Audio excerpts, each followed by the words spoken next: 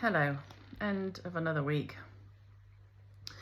I just had to turn the radio off because I could physically feel myself, like my blood pressure was rising. It was like getting to me that much. So I'll just come in and taking a minute. The topic that got my goat is our Home Secretary waxing lyrical about the one in, one out scheme. Oh, it's so great. Aren't we fantastic? No, you're not fantastic. We've had 30,000, is it, illegal migrants? Is that this year? I can't remember, but tens of thousands. And you're crowing about sending one Indian migrant back to France, who we have a returns policy with anyway, or France does anyway. And then in return, we get one legal migrant back who's been vetted by who and to what standards, we don't know.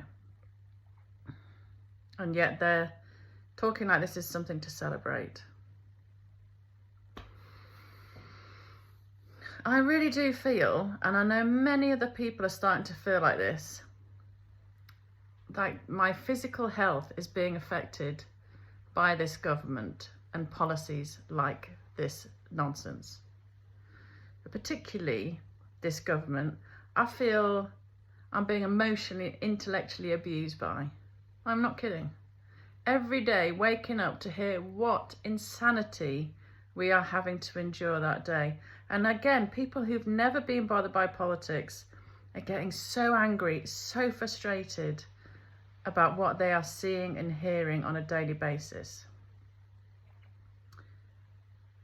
And it's getting kind of visually abusive when you turn the TV on and you see more boats of mostly young males who we do not know coming to our shores, and it's us who have to pay for it. Our taxes are going through the roof because we have a huge proportion of people in this country who aren't working and even aren't looking for work. Many with huge families. We have people who aren't British here on welfare, not working. Do people not understand that we cannot continue like this? Our economy is imploding. We are broke. We have people queuing up at the GP, queuing up at the A&E. There's no beds at hospitals for people who are having babies. There's no homes, so house prices are high, and yet they're going to build everywhere and obliterate the British landscape. The roads are blocked, there's no jobs, and we are bankrupt basically as a country.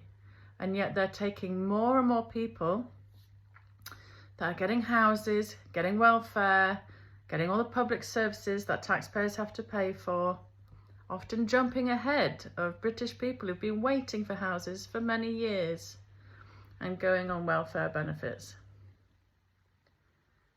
We cannot afford one more person, whether it's legal or illegal.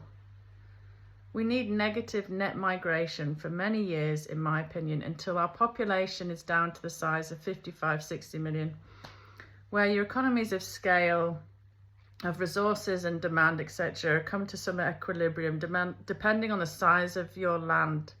You know, we are a little island. You know, we can fit into Africa hundreds of times, fit into Australia 32 times, I think. We're teeny tiny. And yet the Liberals, God bless them, think the UK can take in the world. And whether they want to admit it as well.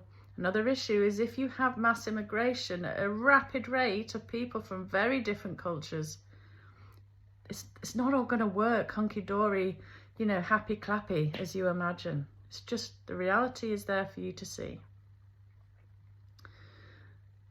And in a worse number 2 point is these boats are directly putting the British people at risk.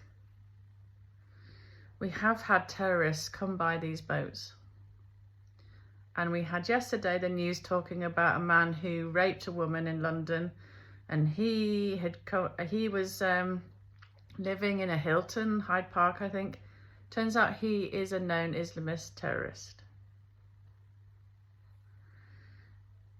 And then also in the news yesterday, is ISIS apparently telling their followers to go and attack Jewish people and Christian people in the UK.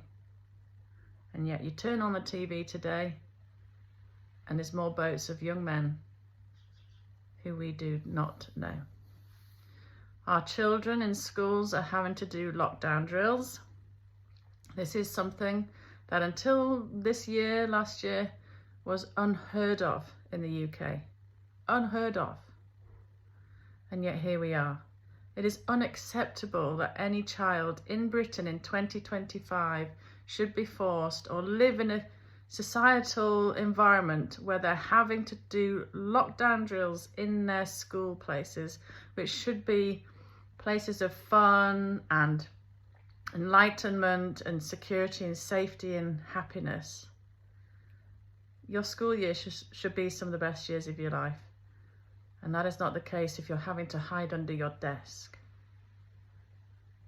We shouldn't have to live like this. And it hurts my brain properly why this government in particular, and the one before, have not called an emergency, because so many other countries would have called an emergency the first few boats that arrived, of mostly men who you don't know, who are running up your beach. Like, hello? What has happened to the mentality of so many British today? I am all for real refugees, but even then, there has to come a point where you're like, little old Blighty can't afford to look after itself or the people who live here currently. And when you look at the amount of foreign aid we give, there has to come a point where you're like, look mate, look after your own people or we'll stop your foreign aid, right? When are we gonna get people in power who are mature, who can see clearly and who truly put the British people first? How much abuse are the British people supposed to take? You know, year after year, it's like having a bully relentlessly abuse you physically, financially, emotionally, and not expect you to get angry in return. You see, blood pressure. This has to stop. These boats have to stop. It is an emergency. It is putting people at risk. We cannot afford another person. Enough is enough.